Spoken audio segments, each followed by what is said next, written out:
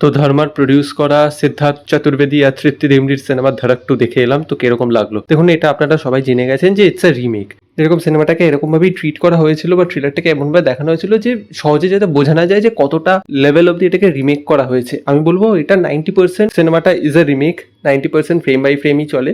কিছু কিছু জায়গায় টুইকিং হয়েছে এবং সেগুলো কিভাবে এফেক্ট করেছে সেগুলো আমি পরে বলছি। তো স্টোরি ব্যাপারে আমি যদি বলি, তো দেখা যাচ্ছে যে সিদ্ধার্থ চতুর্বেদী একটা লোয়ার কাস্ট থেকে আসছে এবং তার বাবা একজন ড্র্যাগ ড্রেসার এবং সে মাচায় বিভিন্ন রকমের রোল করে, যেখানে he plays a girl, a woman. তো সে ল পড়ার জন্য আসছে, সেখানে দেখা হচ্ছে তৃপ্তি ডিমরির ক্যারেক্টারটার সাথে এবং তারা প্রেমে পড়ে যাচ্ছে। তারপর জানতে পারছে Tripti Dimri is from a upper caste, এবং তারপর এটাও জানা যাচ্ছে কলেজের কিছু লোক রয়েছে যারা ফ্রম আপার কাস্ট এবং তারা সিদ্ধার্থ চতুর্বেদী এবং অন্যান্য যে সহপাঠীরা রয়েছে তাদেরকে প্রচণ্ড বাজেভাবে ডিসক্রিমিনেট করতে শুরু করছে, খুব বাজেভাবে রিয়াক্ট করতে শুরু করছে, তাদের খুব বাজে মিসট্রিট করতে শুরু করছে। এন্টার্স দ্য প্রিন্সিপাল, যে সিদ্ধার্থ চতুর্বেদীকে মোরালি হেল্প করছে এবং মাঝে মাঝে সাইকোলজিক্যালিও হেল্প করছে। তারপর কি হয়, এই যে আপার কাস্ট লোয়ার কাস্টের এই যে ফাইটটা, এটা কিভাবে সিদ্ধার্থ চতুর্বেদীর জীবনটাকে ঘুরিয়ে দেয় এবং এদের লাভ স্টোরিটার কি হয়, বাকিটা জানতে গেলে আপনাকে ধড়কটু দেখতে হবে। নাও কামস দ্য মেইন পয়েন্ট, সিনেমাটার ভালো দিক খারাপ দিক। দেখুন, সিনেমাটার ভালো দিক বলতে গেলে পারফরমেন্স, সেটা সিদ্ধার্থ চতুর্বেদীর যে বাবার রোল করেছে তিনি হোক, সিদ্ধার্থ চতুর্বেদী নিজে হোক, তৃপ্তি ডিমরি হোক, জাকির হুসেন হোক, সৌরভ সচদেবা হোক, তো পারফরমেন্সেস খুব ভালো এবং টেকনিক্যালি ওয়েল মেড। যেভাবে শর্ট টেকিং হয়েছে, কালার কম্পোজিশন যেভাবে হয়েছে, দেখতে যেভাবে সিনেমাটাকে করা হয়েছে, সেগুলো কিন্তু ওয়েল মেড। পারফরমেন্সেস খুব ভালো, সেই জন্য আপনার দেখতে খুব ভালো লাগছে এবং it remains true to the originality. But আমার একটাই প্রবলেম রয়েছে, দেখুন স্যার, দেখুন এই যে আপার কাস্ট লোয়ার কাস্ট, সেই জিনিসটা তামিল সিনেমায় যেভাবে দেখানো হয়েছিল এখানেও এখানে না হুবহু ভাবে দেখানো হয়েছে। মানে এখানে টুইকিংটা করা হয়নি যে সাদার্ন ইন্ডিয়ায় যেভাবে ট্রিট করা হচ্ছে নর্দার্ন ইন্ডিয়ায় যেভাবে ট্রিট করা হবে, একটু তো রিজিনাল ডিফারেন্সেস হবে, একটু তো লোক্যালিটির জন্য ডিফারেন্সেস হবে, ডিসক্রিমিনেশন হবে অবভিয়াসলি। বাট ওই যে অ্যাডাপ্টেবিলিটি সেটা আমি পেলাম না, কারণ আমার অরিজিনাল সিনেমাটা দেখা ছিল। কাজে ওই চেঞ্জেসটা আমি একটু ভেবেছিলাম যে হবে, যেহেতু নর্দার্ন ইন্ডিয়ায় বেসড, সেন্ট্রাল ইন্ডিয়ার কিছু ইনসিডেন্সেস দেখাচ্ছে, তো আমি ভেবেছিলাম অ্যাডাপ্টেবিলিটি আসবে, কিন্তু সেই অ্যাডাপ্টেবিলিটিটা নেই। এবং আমি যেটা বলেছিলাম যে সেন্সর বোর্ড এই সিনেমাটাকে না অনেকটা রুইন করে দিয়েছে, কারণ এখানে বোঝা যাচ্ছে অনেক সিন না হুট হুট করে কেটে দেওয়া হচ্ছে। মানে সিনটা বিল্ড আপ হচ্ছে, বিল্ড আপ হচ্ছে, বিল্ড আপ হচ্ছে, হঠাৎ করে কেটে দেওয়া হলো।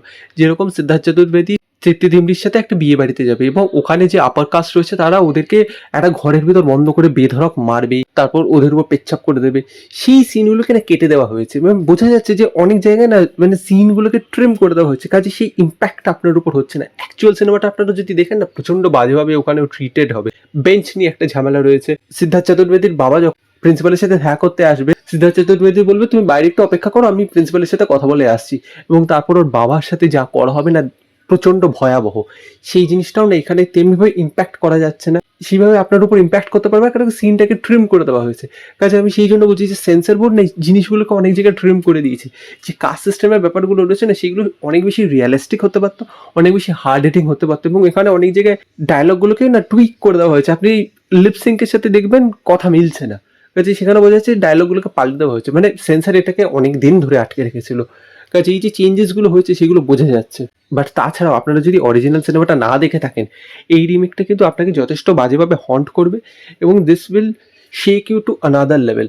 পারফরমেন্সেস ভালো, লাভ স্টোরিটাও ভালো, এবং এখানে কয়েকটা চেঞ্জেস এনেছে, যেরকম তৃপ্তি ডিমরির ক্যারেক্টারটাকে চেঞ্জ করেছে।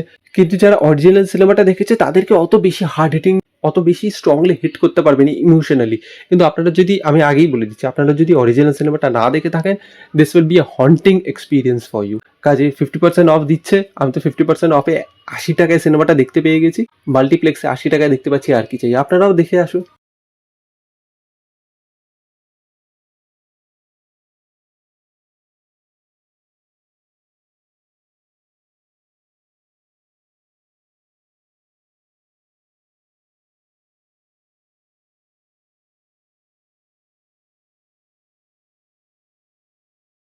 এবং